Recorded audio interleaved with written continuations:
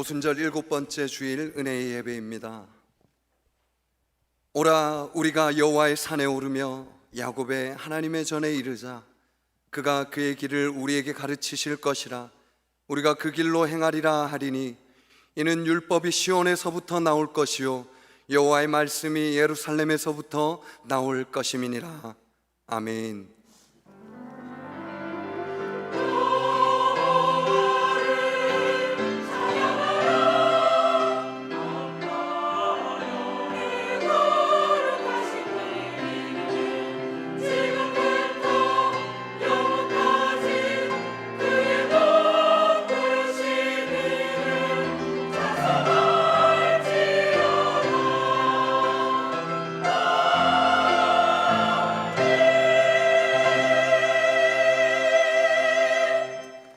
찬양과 영광을 받으실 하나님, 오늘 또 우리가 세상에 흩어져 살다가 주님의 은혜의 자리로 인도하여 주심을 감사드립니다.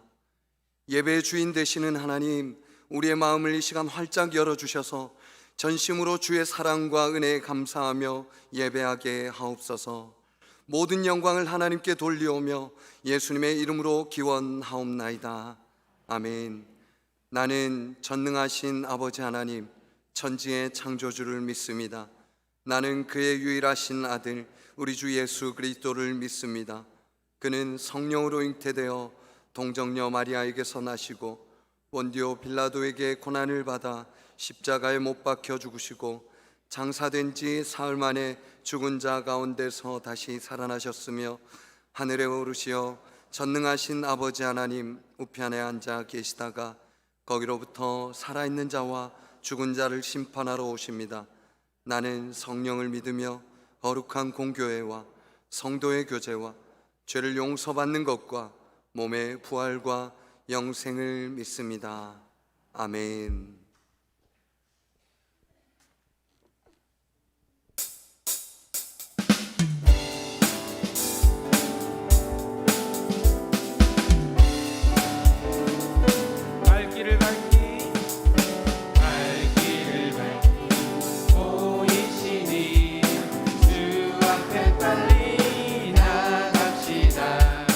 우리를 찾는 구주 예수, 오노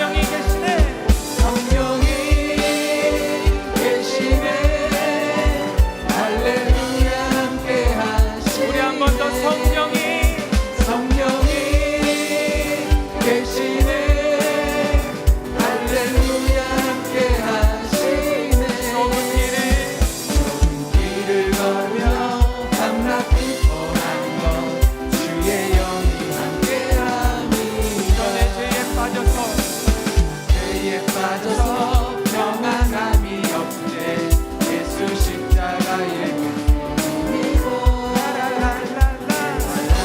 엎드려 잠든 평화를 주의 영이 함께하니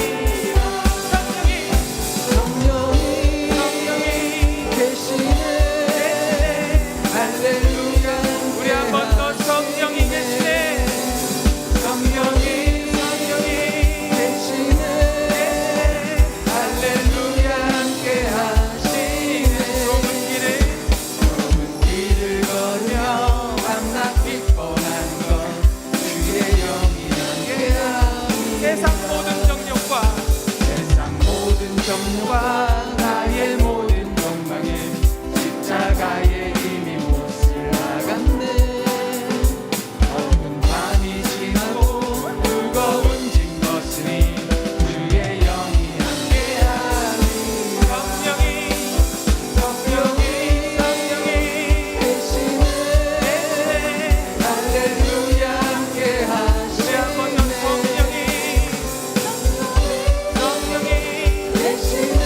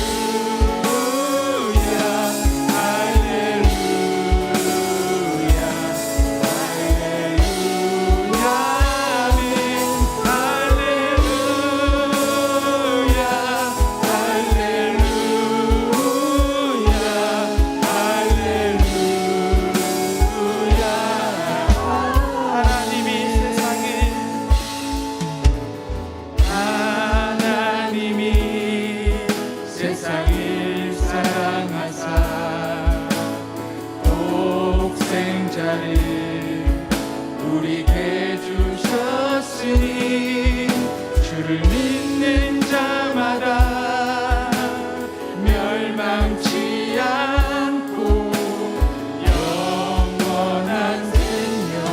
우리의 입술로 한 번 더 고백합시다. 하나님이 세상을 사랑하사 독생자를 우리에게 주셨으니 주를 믿는 자마다 멸망치 않고 영원한 생명. 우리 온 마음을 다하여서 하나님이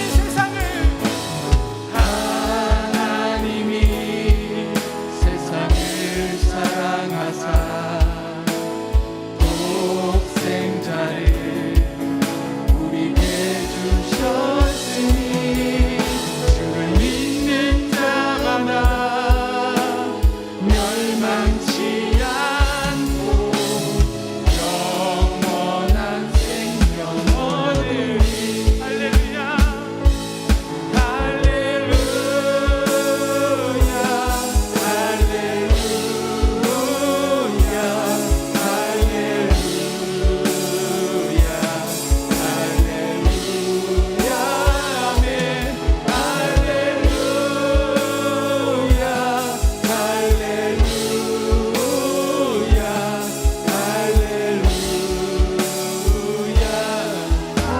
예수의 이름에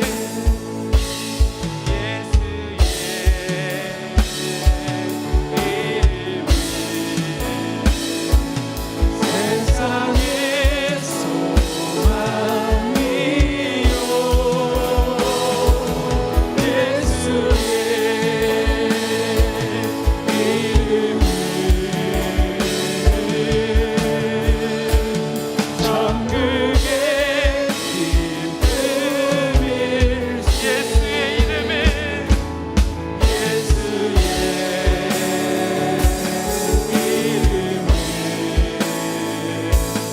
세상의 소망이요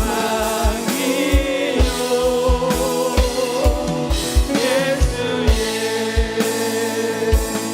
이름은 천국의 기쁨. 우리 목소리로 한번 고백합시다. 예수의 이름에 예수의 이름은 세상의 소망입니다. 세상의 소망이요 예수의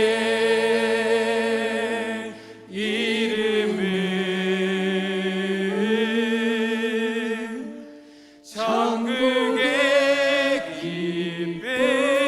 기쁨일세.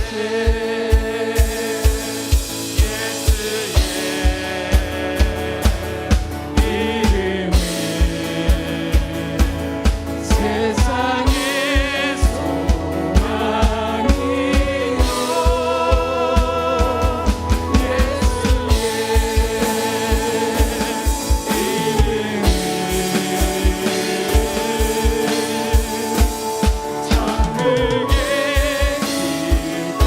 우리 마지막으로 선포합시다. 예수의 이름에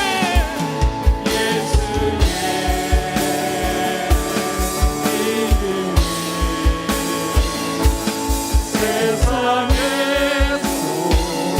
소망이요 예수의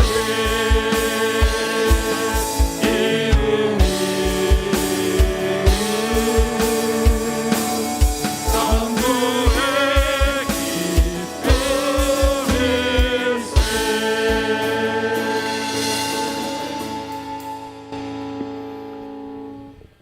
전능하신 하나님, 한 주 동안에도 우리를 그냥 내버려 두지 않으시고 우리들의 삶의 방향이 되어주시고 빛이 되어주셔서 감사합니다. 하나님, 우리가 발을 딛고 서 있는 이곳이 하나님을 의지하지 않고는 단 하루도 살 수 없는 광야와 같음을 고백합니다. 하나님만이 우리의 도움이 되시고 이루자가 되심을 고백합니다. 이 예배 가운데 임재하옵소서.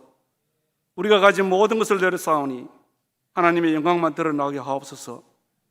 홀로 영광 받으시옵소서. 사랑의 하나님, 많은 사람들에게 도덕과 인성을 칭찬받았던 인물들이 한순간에 무너지는 참담함을 목도합니다. 인간의 도덕심과 인성들이 얼마나 연약한지 주변을 통하여 철저하게 깨닫게 됩니다. 하나님에 의해서만 우리의 삶이 다스림 받기 원합니다. 우리의 시선이 하나님에게 고정되게 하옵소서. 우리의 한 걸음 한 걸음이 내일 일을 모르는 삶임을 고백하고 하루하루를 찬양하고 감사하는 삶이 되게 하옵소서. 오직 은혜로, 오직 말씀으로, 오직 그리스도의 힘으로 창조주 하나님이 바라보는 것을 바라보게 하시고 하나님이 원하시는 그 뜻대로 행하는 믿음을 허락하여 주옵소서. 사명을 받은 자들이 정직하게 하시고 헌신하며 겸손히 섬기는 자들이 되게 하여 주옵소서. 좋으신 하나님, 우리 교회가 하나님 말씀만을 바라보게 하여 주옵소서. 우리를 향하신 하나님의 말씀에 온전히 귀를 기울이기를 원합니다. 하나님의 말씀과 제의에 민감하게 반응하시고 하나님이 우리에게 원하는 모습을 갖도록 허락하여 주옵소서. 우리 교회가 영천 지역의 온전한 기도처가 되고 하나님을 찬양하는 귀한 곳이 되게 하여 주옵소서. 지치고 고단한 이 지역의 영혼들이 쉼을 얻고 희망과 기쁨을 얻는 복된 장소가 되게 하옵소서. 하나님을 사랑하고 말씀에 따라 이웃을 사랑하고 주변을 베풀며 사는 것이 우리의 사명임을 우리가 알게 하여 주옵소서. 은혜 하나님, 영화로부터 시작되는 우리 교회 여름 성경학교를 통하여 우리의 자녀들이 믿음의 영수아로 양육되어지게 하옵소서. 부모들의 믿음의 고백이 그 아이들의 고백이 되게 하시고 그들을 통하여 이 지역과 민족과 세상이 하나님의 선하심으로 가득 차는 복을 누리게 하옵소서. 아이들의 영혼을 위하여 땀과 눈물로 기도하며 봉사하는 교사들에게 하나님의 은혜와 능력이 넘치게 하여 주옵소서. 이 시간 간절한 마음으로 하나님의 자비와 긍휼하심을 간구합니다. 영육간으로 해결할 수 없는 우리의 문제를 가지고 하나님 앞에 엎드렸습니다. 성령 하나님, 우리에게 말씀을 하여 주옵소서. 우리 성도들이 가진 문제가 해결되는 은혜를 주시고 위로와 안식을 허락하여 주옵소서. 목사님을 통하여 주시는 말씀으로 우리의 가슴이 뜨거워지게 하시고 감당할 수 없는 영적 감동과 감사가 넘치게 하여 주옵소서. 예배를 사모하지만 참석하지 못한 성도들의 안타까운 기도를 하나님께서 들으시고 응답하여 주시옵고 은혜를 사모하여 모인 성도들에게 한량없는 은혜와 세상을 이길 힘을 주옵소서. 할렐루야. 찬양대의 찬양을 하나님 홀로 흠양하옵소서. 예수님의 이름으로 기도드립니다. 아멘.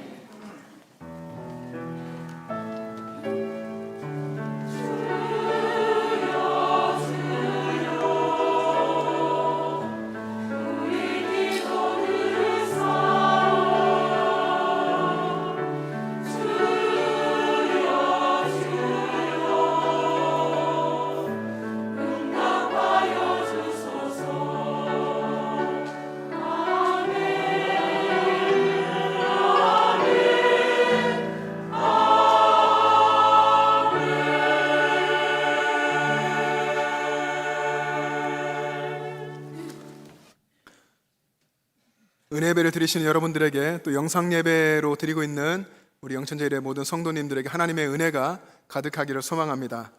교회 소식을 전해드리겠습니다. 오늘 우리 교회 처음 오신 분들을 진심으로 환영합니다. 예배를 마친 후에 1층 목양실로 오시기 바랍니다. 여러분 주중에 있는 수요예배와 새벽 예배에도 열심을 내어서 참여해 주시기를 바랍니다. 어려울 때일수록 우리가 하나님께 집중하고 또 예배가 우리 안에 회복되기를 소망합니다. 코로나19 예방을 위해서도 여러분 삶 속에서 또 가정과 직장에서 또 교회에 오셨을 때에도 늘 철저히 지켜주시고요. 마스크 꼭 착용해 주시기를 바랍니다. 교회학교 여러분 사역을 위해서 여러분 계속 기도해 주시기 바랍니다. 오늘 지금 이 시간에 영아부 여름 성경학교가 진행 중에 있습니다. 영아부실이 어디 있는지 여러분 아시나요? 네, 여기 권사님들하고 많은 분들은 아시지만 모르는 분들이 또 계실 거예요. 영아부실은 우리 이 본당을 나가서요, 저기 마당 우측에 보면 제1교육관이 있습니다. 1교육관의 1층에 영화무실이 있습니다. 거기 꼬마 아이들이 뛰어놀고 예배 드리고 하거든요. 예배를 마치시면 여러분 한번 가셔서 둘러보시고 또 격려도 해주시고 그렇게 해주시면 좋겠습니다. 그리고 다음 주와 그 다음 주 2주간 유치부 성경학교도 진행이 됩니다. 여러분 유치부 성경학교의 준비를 위해서 또 우리 어린 아이들 예수님을 인격적으로 만나고 또 주님 안에서 잘 자라갈 수 있도록 기도해 주시기를 바랍니다. 오늘 이 은혜 예배를 마친 후에 임시당회가 있겠습니다. 다만 영아부 우리 아이들 또 부모님과 제가 만나서 아이들 축복 기도를 하는데요.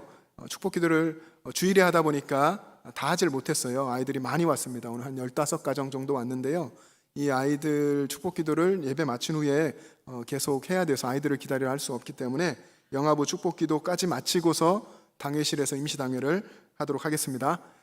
여러분 왕이신 예수님과 동행하면서 행복한 신앙생활 하시기를 바랍니다.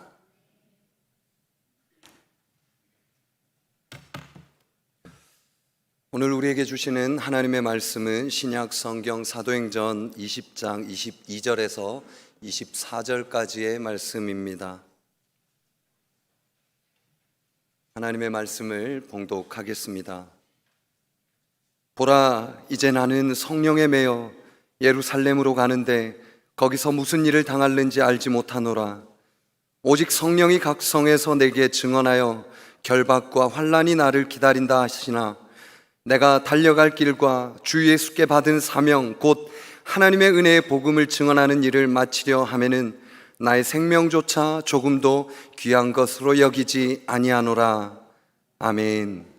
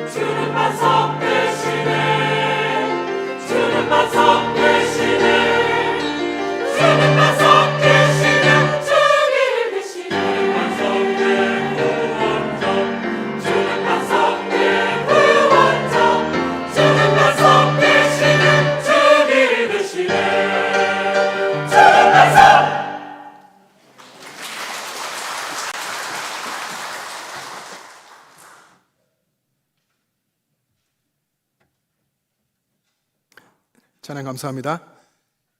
우리가 사는 세상은 어둡고 혼란스럽습니다. 하나님을 대적하는 세상이 그렇죠. 그리고 점점 더 그렇게 되어가고 점점 더 악해져 가는 것 같습니다. 매일같이 일어나는 사건, 사고의 소식들이 여러분의 핸드폰으로 다 오고 있죠. 어떤 경우에는 워낙 사건, 사고의 소식이 잔인하기도 하고 너무 무서워서 제목을 보고서 내용을 클릭을 할 수가 없는 그런 경우가 너무나 많습니다. 우리가 그런 세상 속에 지금 살아가고 있습니다. 게다가 코로나19가 장기화되면서 경기도 어렵고 또 우리들의 활동 반경도 많이 제한되었습니다. 그러면서 우울증을 호소하는 사람들이 많아졌다고 합니다. 그래서 신조어가 하나 생겼습니다. 코로나 블루라고, 코로나 우울증이라는 이 말이 생겼는데, 코로나19가 오래도록 지속되고 확산되면서 활동이 많이 제한되고 위축되면서 생기게 된 우울감을 코로나 블루라고 하는 겁니다. 최근에 경기연구원에서 전국의 17개 시도에 15세 이상 1,500명을 대상으로 코로나19로 인한 국민 정신건강 설문조사를 했습니다. 1,500명의 전체 응답자 중에 45.7%가 코로나19로 인해서 다소 불안하거나 우울한 적이 있다, 그런 감정을 느낀다라고 응답했습니다. 세상의 악함, 그리고 코로나19로 인한 우리의 어떤 피로감이나 어려움들, 분명히 지금 우리가 살고 있는 상황이 어려운 상황이고 고난이라고 하면 고난이라고 말할 수도 있겠습니다. 그러나 이런 상황 속에서 세상이 그러듯이 우울감을 느끼고 괴로워하고 낭망하고 소망이 없다 말할 것이 아니라, 믿음의 사람은 이 상황 속에서 더 주님을 바라보고 주님께 집중하고 주님이 무엇을 내게 요구하시는지, 주님이 어떻게 일하기를 원하시는지를 바라보아야 합니다. 그런 사람들이 있습니다.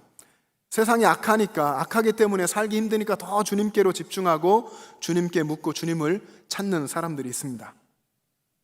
코로나19로 모이기 힘들고 어려우니까 가정에서 예배하고 직장에서 예배하고 순간순간 하나님의 말씀을 붙들려고 애쓰는 그런 사람들이 있습니다.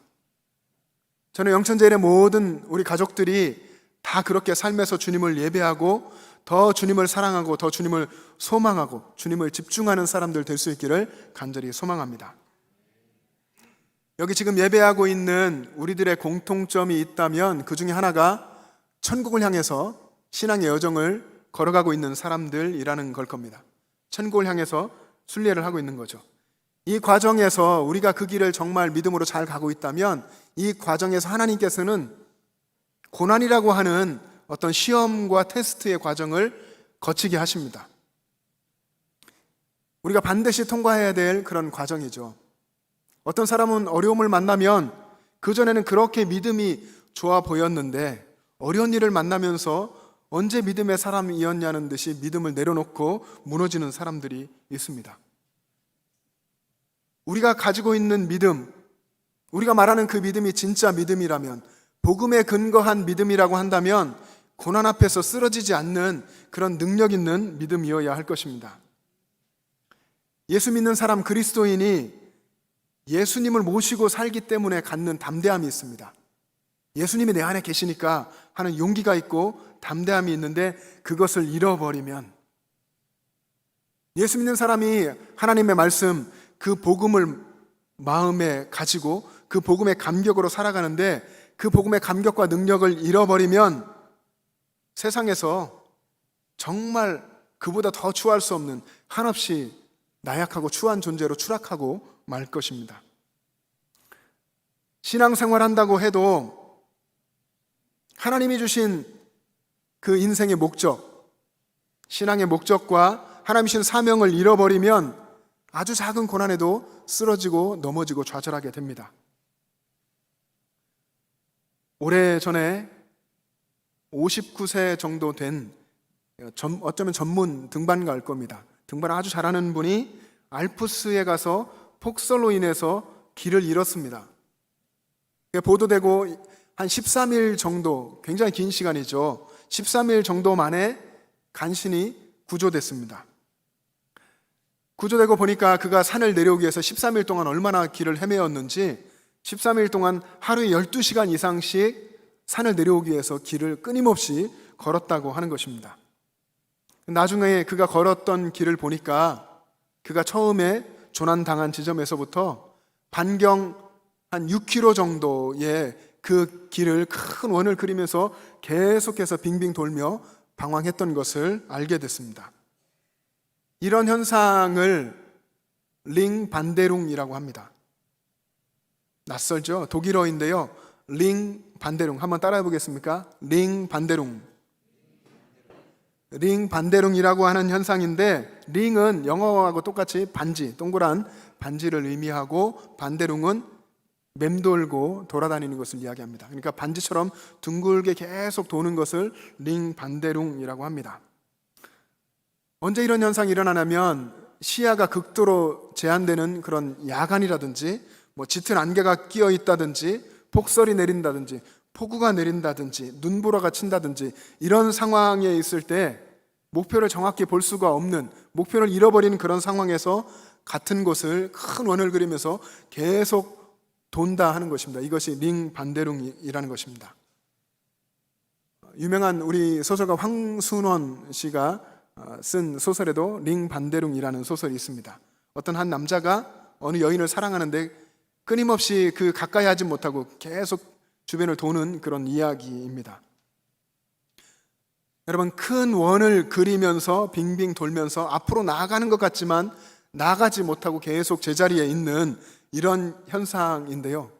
나는 분명 앞으로 가고 있다라고 믿고 있는데, 분명히 앞으로 열심히 달려간다고 믿는데 시간이 지나고 보니까 본래 출발한 그 자리로 계속 와 있다 하는 그런 것입니다. 등산가들이 제일 무서워하는 것이 이 링반데룽 현상이라는 겁니다. 폭설이 내리고 폭우가 오고 눈사태가 나고 이런 것보다 더 무서운 것이 계속해서 그 자리를 돌고 마는 링반데룽 현상이라는 것입니다. 독일의 막스 플랑크 연구소의 잔 소우만 박사팀이 이것에 대해서 연구를 했습니다. 사람들을 크고 넓은 숲에 떨어뜨려 놓고서 어떻게 길을 찾는지를 본 것입니다. 6명이 실험에 참가했는데 참가자들에게 GPS를 부착시켰습니다. 해가 떠 있는 낮에는 그들이 방향을 잘 보고 길을 갑니다. 그렇지만 어두운 밤이 돼서 그 숲속에서 아무것도 보이지 않을 때에는 그들이 바로 방향 감각을 잃고 헤매기 시작하는데 큰 원을 그리면서 계속 빙빙 돌더라는 것입니다. 사하라 사막에서도 똑같은 실험이 이어졌습니다. 사막에서도 해가 떠 있을 때, 그리고 밤이 되어도 달빛이 있으면 그 빛에 의지해서 목표를 바라보면서 걸어갑니다. 하지만 해가 떨어지고 달빛도 없는 그런 상황에서는 바로 방향 감각을 잃고 똑같이 큰 원을 그리면서 빙빙 돌더라는 것입니다. 목표를 정확히 보지 못하면 숲과 사막에서 원을 그리면서 걷고 있으면서도 자기가 목표를 향해서 똑바로 걷고 있다라고 착각한다 하는 것입니다. 목표를 볼 수 없는 상황에 놓이거나 목표가 앞에 있어도 그것을 인식하지 못하면 목표를 향한 길에서 벗어나게 되고 점점 원을 그리면서 제자리로 계속 돌아오는 현상을 갖게 되는 것입니다. 방황하게 된다는 것이죠. 신앙생활에도 링반데룽 현상이 일어납니다. 신앙생활은 하나님 나라 천국을 향해서 우리가 걸어가는 그 여정이지 않습니까?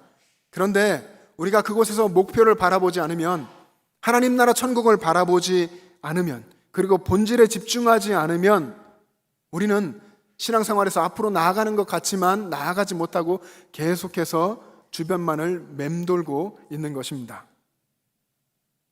목표를 잘 보지 못하고 본질에 집중하지 못하고 신앙의 본질적인 면을 우리가 놓치고 살아가면 결국에는 제자를 돌고 마는 헛된 발걸음, 헛된 신앙생활을 하게 될 수 있다는 것입니다. 이것이 신앙의 링반데룽입니다.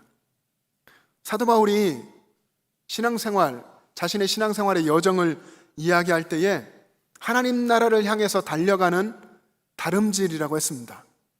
고린도전서 9장에 보시면 바울이 신앙인이 최후의 승리의 면류관, 하나님께서 주실 최후의 승리의 면류관을 얻기 위해서 절제하면서 다름질하며 가는 사람이다. 그렇게 다름질에 달려가야 한다 이야기했습니다.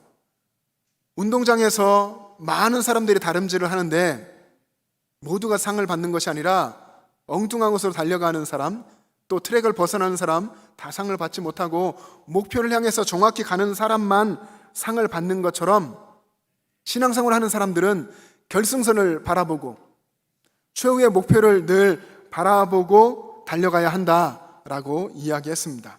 그리고 자기 자신도 향방 없는 다름질을 하지 않기 위해서, 방향을 잃어버린 헛된 다름질을 하지 않기 위해서 자신을 쳐서 스스로 주님께 복종한다라고 이야기했습니다. 바울의 헌신과 결단이 대단합니다. 이 헌신과 결단을 가지고 끝까지 그는 신앙의 여정을 달려갔습니다. 그리고 신앙의 그 여정의 마지막에 유명한 고백을 하죠. 디모데후서 4장 7절과 8절에 보면 나는 선한 싸움을 싸우고 나의 달려갈 길을 마치고 믿음을 지켰으니 이제 후로는 나를 위하여 의의 면류관이 예비되었다라고 바울이 담대하게 선언했습니다. 그만큼 그는 이 다름질을 끊임없이 충성되게 걸어왔던 것입니다. 우리도 신앙의 다름질을 하는 사람들입니다. 하나님 나라를 향해서 다름질을 할 때에 목표를 분명히 바라보고 걸어가야 합니다. 그런데 어떤 사람은 아마도 그럴 겁니다. 여기 수많은 사람들이 있는데 어떤 사람은 목표와 본질에 집중해서 제대로 목표를 바라보면서 걸어갑니다. 그런데 어떤 사람은 목표를 놓치고 본질을 놓치고 신앙생활을 한다고 하는데도 마치 그냥 종교생활 하는 것처럼 본질을 생각하지 않고 본질을 놓치고 제자리를 빙빙 돌면서 앞으로 나아가지 못하는 헛된 다름질을 하는 것입니다. 우리 중에 누가 신앙의 다름질을 잘하고 있는지, 누가 헛된 다름질을 하고 있는 것인지 우리가 알 수가 없습니다. 또 우리가 알려고 해도 쉽게 구별하고 판별할 수가 없습니다. 어쩌면 사람이 남의 신앙을 판단하는 것 그 자체가 불가능한 일입니다. 하나님께서 하시는 일이죠. 그런데 우리는 우리 스스로 남을 바라보면서 저분 신앙은 어떤 것 같아, 저분은 어떤 것 같아, 잘하고 있는 것 같아, 신앙이 아직 안 되겠는데, 이런 판단들을 우리가 합니다. 그게 바로 정죄하는 죄이고 그게 아무 의미가 없는 것입니다. 그런데 우리 신앙이 드러날 때가 있습니다. 우리가 참 어려운 고난을 겪을 때, 우리 주변의 상황이 어둡고 암울하고 아무것도 보이지 않을 때, 두려움에 쌓이게 되는 그 고난의 순간에 그 사람의 신앙이 진짜인지 가짜인지가 드러날 때가 있습니다. 그 사람의 숨겨져 있던 신앙의 민낯이 고난의 순간에 드러나게 되는 것이죠. 어둡고 혼란스러운 힘든 때에 사람은 두려움과 또 낙심에 빠져들기도 하고, 어떤 사람은 그 힘들고 어려운 그 순간에 그 자리에서 하나님을 붙잡고 하나님께 집중합니다. 어려운 일이 닥쳤을 때에 본질을 생각하고 하나님 나라를 믿음의 눈으로 바라보면서 신앙의 진정성을 가지고 다시 달려가기 시작하는 것입니다. 이게 진정한 신앙인인데, 여러분, 세상을 보면요, 세상에 진짜도 있고 가짜도 있습니다. 진리와 비진리가 끊임없이 싸우고 있죠. 또 진짜 같은 짝퉁이 있습니다. 진짜보다 더 진짜 같은 가짜, 이게 짝퉁이잖아요. 짝퉁이 인기가 많습니다. 정말 진짜 같은데 싸니까 인기가 많습니다. 진짜와 짝퉁을 구분하기가 참 어렵다고 합니다. 예전에 프로그램을 잠깐 본 적이 있었는데, 명품 가방을 놓고 어떤 게 진짜인지를 구분하는 전문가가 나와서 하는데도 정말 구분하기 힘든, 일반인은 도저히 알 수 없는 그런 부분들을 보면서 구별하는 것, 어렵게 구별하는 것을 보았습니다. 짝퉁 가방을 얼마나 잘 만드는지 그것을 구별하는 것이 우스갯소리로 비가 와야 한다고 그러잖아요. 비가 와서 뛰어가는 것을 보면 가방을 머리에 들고 뛰는 사람은 짝퉁 가방을 가진 사람이고, 비가 많이 와도 품에 안고 막 뛰는 사람은 명품 가방을 가진 사람이다 하는 그런 이야기가 있지 않습니까? 신앙생활도 그렇습니다. 신앙생활에 하는 모습이 우리가 볼 때 어떤 사람이 거룩해 보여도 사실은 그 속에 거짓이 있고 외식이 있고 또 교만이 있고 위선이 있을 수가 있습니다. 그런 가짜일 수 있다는 것입니다. 우리가 볼 때는 진짜 같은데 하나님이 오시는 그 속은 가짜일 수 있다는 것입니다. 그리고 우리가 볼 때 누가 봐도 저분은 정말 거룩하고 경건하고 정말 진짜 신앙인 같아라고 생각할지라도 정말 하나님이 보실 때에는 그 속에 거짓과 악함이 있을 수 있는 것이고요. 또 반대로 우리가 볼 때 정말 그렇지 않아 보이는, 정말 신앙이 아직도 어리고 아무것도 아닌 것처럼 그렇게 보여도 정말 그 사람 마음속에 주님을 사랑하는 그 마음 하나가 분명히 있을 수 있습니다. 그러면 진짜라는 것이죠. 진짜와 가짜를 판단하는 것은 주님의 손에 달려있고 그것은 최후의 순간에 이루어지는 것입니다. 마태복음 25장에 보면 최후의 종말의 순간이 다가왔을 때에 예수님께서 영광의 보좌에 앉아서 사람들을 판단합니다. 양과 염소로 구분하죠. 양의 무리에 든 사람은 결국에는 영생에 들어가게 되고 염소의 무리에 든 사람들은 영벌에 처하게 됩니다. 그 최후의 순간이 우리에게 다가오지 않았기에 우리는 여전히 달려가야 합니다. 지금 우리에게 중요한 것은 주님이 우리에게 주신 그 사명의 길을 꾸준히 달려가는 것입니다. 어떤 고난과 어려움이 있어도 충성되게 주님이 달려가라 하신 그 길을 달려가는 것이 중요합니다. 그 길에서 남이 나를 알아주던 알아주지 않던 관계없이 주님 앞에서 내가 달려가야 할 길, 내가 가야 할 사명의 길을 끝까지 걸어가는 것이 중요한 것입니다. 오늘 본문을 쓴 바울이 바로 그런 사람이었습니다.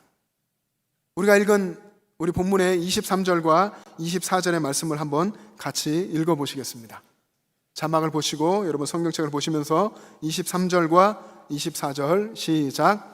오직 성령이 각 성에서 내게 증언하여 결박과 환난이 나를 기다린다 하시나 내가 달려갈 길과 주 예수께 받은 사명 곧 하나님의 은혜의 복음을 증언하는 일을 마치려 하면은 나의 생명조차 조금도 귀한 것으로 여기지 아니하노라. 아멘. 바울의 담대한 선언입니다. 바울이 전도 여행을 쭉 진행하면서 이제 바울이 압니다. 내가 인생의 이제 최후의 순간을 향해서 가는구나. 가까이 있는 밀레도에 와서 가까이 있는 에베소를 생각하면서 에베소 교회의 장로들을 청합니다. 밀레도의 장로님들이 왔고 그 장로님들에게 고별 설교를 하는 내용이 오늘 이 내용입니다. 예루살렘에 가면 거기에 결박과 환난이 있고 내가 거기서 잡혀서 고난을 당할 것이지만 나는 예루살렘으로 가겠다 하는 것입니다. 고난이 있어도 나는 가겠다. 왜냐하면 거기에 가는 것이 주님께서 내게 주신 내가 달려갈 길이고 주님이 내게 주신 사명의 길이고 그것을 통해서 하나님의 은혜의 복음이 전해질 것이기 때문에 나는 거기를 가겠다 하는 것입니다. 주님께서 나를 살리시기 위해서 생명을 내어주셨기 때문에 나도 주님이 주신 이 일을 위해서 내 생명을 내어주는 것을 나는 아깝게 여기지 않겠다 하는 것입니다. 부활하신 예수님을 만나고 바울의 인생이 완전히 바뀌었습니다. 그 이후로 그는 고난의 연속인 삶을 살아왔습니다. 물론 고난 속에서 그가 주님을 만난 기쁨과 복음의 역사가 나타나는 그 기쁨과 즐거움이 있었을 것이지만 전체적으로 볼 때에 복음을 위해서 그는 많은 고난을 당했습니다. 그런데 여기 밀레도에서 이 최후의 순간까지도 바울은 고난을 선택했습니다. 바울이 고난을 선택하는 그의 헌신과 결단, 그 놀라운 믿음의 장면을 우리가 읽은 것입니다. 예루살렘에 가면 내가 잡힐 것이고 거기서 환난을 당하고 로마로 압송되어서 순교하게 될 것이라고 하는 것을 바울이 다 알면서도 그는 예루살렘으로 가는 길을 선택한 것입니다. 예수님을 바라보고 자신을 살려주시고 자신을 이끌어 가시는 예수님을 바라보기 때문에 바울은 두려움이 없이 그 고난을 선택하고 있는 것입니다. 여러분 구약성경 열왕기하 6장에 보면 아람 군대가 엘리사, 하나님의 선지자 엘리사를 잡기 위해서 도단성, 사마리아에 있는 도단성을 찾아가서 그 밤사이에 달려가서 그 성을 완전히 에워쌉니다. 많은 군사들이 갔고 말과 병거들이 가서 그 성을 완전히 둘러쌌습니다. 새벽에 엘리사의 종 게하시가 일어나서 성 밖의 모습을 봅니다. 수많은 군사들이 왔고 말과 병거들이 온 것을 보면서 죽음의 공포에 두려워 떱니다. 그런데 엘리사는 전혀 두려워하지 않죠. 평안하게 있습니다. 분명히 똑같은 상황 속에 있지만 한 사람은 두려워하고 한 사람은 두려워하지 않습니다. 두 사람이 가진 믿음이 다른 것입니다. 엘리사가 하나님께서 이 종의 눈을 열어주십시오 하고 기도하죠. 그리고 하나님께서 그 종의 눈을 열어주셨을 때에 그 종이 보게 됩니다. 하나님이 하시는 일을 봅니다. 하나님이 보내신 하늘의 불말과 불병거가 엘리사 주변의 그 산들에 가득해 있는 것을 보게 됩니다. 하나님의 놀라운 역사를 보게 되고 그는 그의 마음속에서 두려움이 사라지는 것을 경험합니다. 하나님이 주신 사명의 길을 다름질하면서 그 길에 헌신했던 사람들, 세상을 두려워하지 않았던 그 믿음의 사람들의 특징은 하나님을 보는 것입니다. 하나님의 역사를 주목하고 그와 함께 하시는 하나님을 본 것이었습니다. 하나님을 바라볼 때에 하나님께서 그들을 통해서 역사하셨습니다. 하나님을 바라보시기를 소망합니다. 여러분, 하나님을 바라보십시오. 이 어려운 시대에 이 상황 속에서 역사하고 계시는 하나님의 뜻을 이루어 가시는 하나님을 바라볼 수 있기를 간절히 바랍니다. 하나님을 바라보면 눈앞에 캄캄한 고난과 어려움이 펼쳐져도 내가 가야 할 길을 볼 수 있게 됩니다. 하나님이 그 길을 보여주십니다. 어디로 가야 하는지, 이 어둡고 힘든 고난의 상황 속에 내가 어디로 가야 하는지, 어떤 길이 정말 주님을 따르는 길인지, 내가 달려가야 할 길인지, 주님이 주신 사명의 길인지를 선명하게 볼 수 있게 되는 것입니다. 여러분의 신앙이 진짜인 것 같습니까? 여러분의 신앙이 가짜인 것 같습니까? 그 생각을 해볼 수 있습니다. 그러나 어쩌면 그런 생각을 하는 나 자신의 판단도 잘못할 수도 있습니다. 실수일 수도 있습니다. 우리는 우리의 신앙이 진짜인지 가짜인지를 만들어가는 요건이 나 자신에게 있다고 생각하는 경우가 있습니다. 그래서 내가 열심히 신앙생활 하려고 합니다. 남이 볼 때에 거룩해 보이고 좋은 신앙인처럼 보이기 위해서 열심히 힘쓰고 애씁니다. 열심히 봉사하고 헌신하고 그리고 하나님 앞에 열심히 나아가는 것 같습니다. 이런 사람들에게는 헌신과 봉사와 결단, 이 모든 것이 일이 되어버립니다. 그래서 그 일 열심히 하다가 지치고 낙심하고 쓰러지는 것이죠. 진짜와 가짜, 진짜 신앙인과 가짜 신앙인의 기준은 내게 있지 않습니다. 내게 있는 것이 아니라 내 안에 계시는 예수님께 있습니다. 예수 그리스도에게 그 기준이 있는 것입니다. 예수님이 그 안에 계시면, 그 사람이 예수님을 마음에 진짜 모시고 살아가면 그 사람은 진짜 신앙인입니다. 그러나 그 사람 안에 예수님이 계시지 않으면, 그가 예수님을 마음에 모시지 않고 살아가고 있다면 그 사람은 단언컨대 가짜입니다. 예수님을 모시고 예수님과 함께하고 예수님을 사랑하고 예수님께 집중하고 예수님을 바라보는 사람이 진짜 신앙인이라는 것입니다. 우리가 진짜 신앙인이 되는 것은 나 때문이 아니고 우리 때문이 아니라 예수님 때문에라는 것입니다. 예수님 때문에 우리가 진짜 신앙인이 될 수 있는 것입니다. 예수님을 우리가 바라보지 않고 예수님을 사랑하지 않고 예수님을 내 마음의 주인으로 왕으로 모시지 않으면, 예수님과 내가 관계없는 삶을 살아가면 우리는 바로 가짜가 되는 것입니다. 아무리 열심히 봉사하고 섬겨도 가짜일 것입니다. 예수님을 바라보는 사람은 고난이 닥쳐와도 두려워하지 않습니다. 왜냐하면 내 안에 계시는 예수님이 이 고난보다 훨씬 크신 분이기 때문에, 이 고난을 다 해결해도 남는 분이고 고난을 주장하시는 분이시기 때문에 고난이 와도 두려워하지 않게 됩니다. 예수님을 바라보시기 바랍니다. 예수님께서 여러분의 신앙의 눈을 뜨게 해주셔서 예수님이 하시는 일을 보게 하실 것입니다. 그럴 때 사도 바울이 그런 것처럼 내 앞에 어쩌면 결박과 환난 같은 고난이 분명히 펼쳐지는 것을 알아도 그 길이 예수님이 원하시는 길이고 예수님이 가라고 하는 길이라면 그 길을 선택하며 가게 될 것입니다. 왜냐하면 그 길이 주님과 동행하는, 힘들어도 주님과 함께하는, 하나님 나라를 향하여 걸어가는 바른 길이기 때문에 그런 선택을 할 것입니다. 여러분, 고난 앞에서, 힘들고 어려운 고난 앞에서 무너지는 믿음은 진짜 믿음이 아닙니다. 참된 믿음은 고난 속에서도 주님을 바라보는 것입니다. 여러분, 고난과 어려움 속에서 더 주님을 바라볼 수 있기를 바랍니다. 우리가 당하는 고난이라고 하는 그 상황 자체가 우리를 힘들게 하는 것이 아닙니다. 그 고난의 상황 속에서 우리가 예수님을 바라보지 않기 때문에 힘든 것입니다. 우리가 예수님을 바라보면, 예수님의 이름을 붙들면 그 순간 모든 고난을 우리가 순식간에 이기게 되고 넉넉히 넘어가게 되는 것입니다. 우리가 예수님을 마음에 모시지 않기 때문에, 내 마음에 예수님이 계시지 않기 때문에 내 안에 두려움이 들어오고 두려움이 엄습해오고 거기에 내가 눌리게 되는 것입니다. 여러분의 마음속에 예수님을 늘 모실 수 있기를 바랍니다.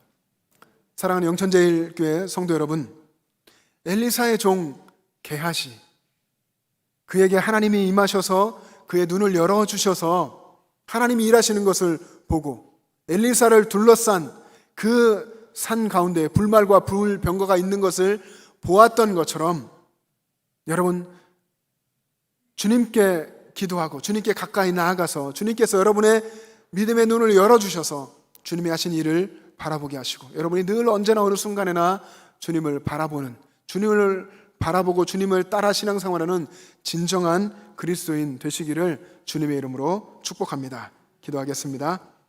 사랑의 주님, 주님의 은혜를 감사합니다. 세상의 고난과 어려움과 내 문제에 쌓여서 믿음의 눈이 가려서 하나님의 하시는 일을 보지 못하고 믿음 없는 모습으로 좌절하고 두려워하고 낭망했던 것을 주님 앞에 고백합니다. 주님, 우리를 긍휼히 여겨주시고 우리 가운데 오셔서 우리의 믿음의 눈을 뜨게 하셔서 하나님이 하시는 일을 보게 하여 주시옵소서. 언제나 우리가 주님을 바라보며 주님께 집중하며 주님을 향하며 살아갈 수 있도록 인도하여 주시옵소서. 감사드리며 예수님의 이름으로 기도합니다. 아멘. 이제 다 같이 일어나셔서 결단 찬송을 부르겠습니다.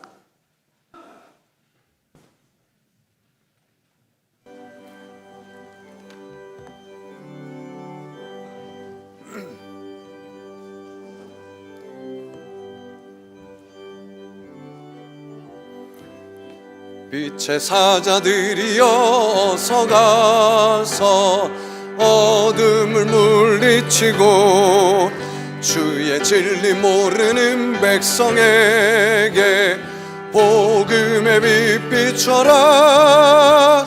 빛의 사자들이여 복음의 빛 비춰라. 죄로든 밤 밝게 비춰라. 빛의 사자들이여 선한 사역 위하여 힘을 내라. 주 함께 하시겠네. 주의 크신 사랑을 전파하며 복음의 빛 비춰라. 빛의 사자들이여 복음의 빛 비춰라. 죄로든 밤 밝게 비춰라. 빛의 사자들이여 주님 부탁하신 말 순종하여 이 진리 전파하라. 산을 넘고 물 건너 힘을 다해 복음의 빛 비춰라. 빛의 사자들이여 복음의 빛 비춰라. 죄로든 밤 밝게 비춰라. 빛의 사자들이여 동서남북 어디나 땅끝까지 주님만 의지하고 눈 어두워 못 보는 백성에게 복음의 빛 비춰라. 빛의 사자들이여 복음의 빛 비춰라 죄로 든 밤 밝게 비춰라 빛의 사자들이여. 사랑하는 여러분, 주님께서 여러분을 세상으로 파송하셨습니다. 어찌 보면 하나님을 대적하는 죄로 어두운 밤 같은 세상 속에서 밝은 빛으로 빛의 자녀로 살라 하셨습니다. 여러분, 하나님의 복음을 붙들고 하나님을 바라보시고 여러분과 함께 하시는 주님을 바라보며 이 세상을 뚫고 이기며 고난을 이기며 살아갈 수 있기를 주님의 이름으로 축복합니다. 사랑의 주님, 우리 주님의 은혜를 감사합니다. 우리의 삶에 선한 목자의 손길로 함께 하시고 고난 가운데 캄캄하고 어두운 가운데를 걸어갈지라도 우리의 손을 붙잡아 사망의 음침한 골짜기를 통과하게 하시고 하나님의 은혜를 누리게 하시니 감사합니다. 우리의 생명도 우리의 호흡도 우리의 모든 것도 하나님의 것임을 고백합니다. 주일 헌금을 드리고 감사 헌금과 11조와 선교 헌금을 드리며 우리의 시간과 우리의 삶과 모든 것을 주님께 드립니다. 우리의 헌신과 결단과 예물을 주님께서 받으시고 하나님 나라의 의를 이루시며 하나님의 뜻을 이 땅 가운데 이루어 주시옵소서. 모이는 예배가 힘들어지는 이 세상 속에서 하나님의 역사는 끊어지지 않고 더 크게 일어나며 부흥하게 될 줄로 믿습니다. 믿음의 사람들에게 용기 주시고 믿음의 담대함을 허락하여 주셔서 하나님 앞에 귀하게 쓰임받으며 이 고난의 때를 통과하여서 하나님의 부흥을 맛보게 하여 주시옵소서. 우리 영천 제1의 가족들 중에 경제적인 어려움과 육신의 아픔 가운데 있는 분들 하나님 아버지 주의 성령의 손길로 찾아가 위로하여 주시고 영육의 강건함으로 일어서서 하나님의 영광을 찬양케 하여 주시옵소서. 이제는 우리 구주 예수 그리스도의 은혜와 하나님 아버지의 영원하신 사랑하심과 성령님의 교통하심과 충만하심이 나의 삶의 현장에서 함께 하시는 하나님을 바라보며 그 믿음과 담대함으로 승리하기를 원하는 영천제일의 모든 가족들과 그 가정과 이 나라와 민족과 세계 열방 위에 지금부터 영원토록 함께 계시기를 간절히 축원하옵나이다. 아멘.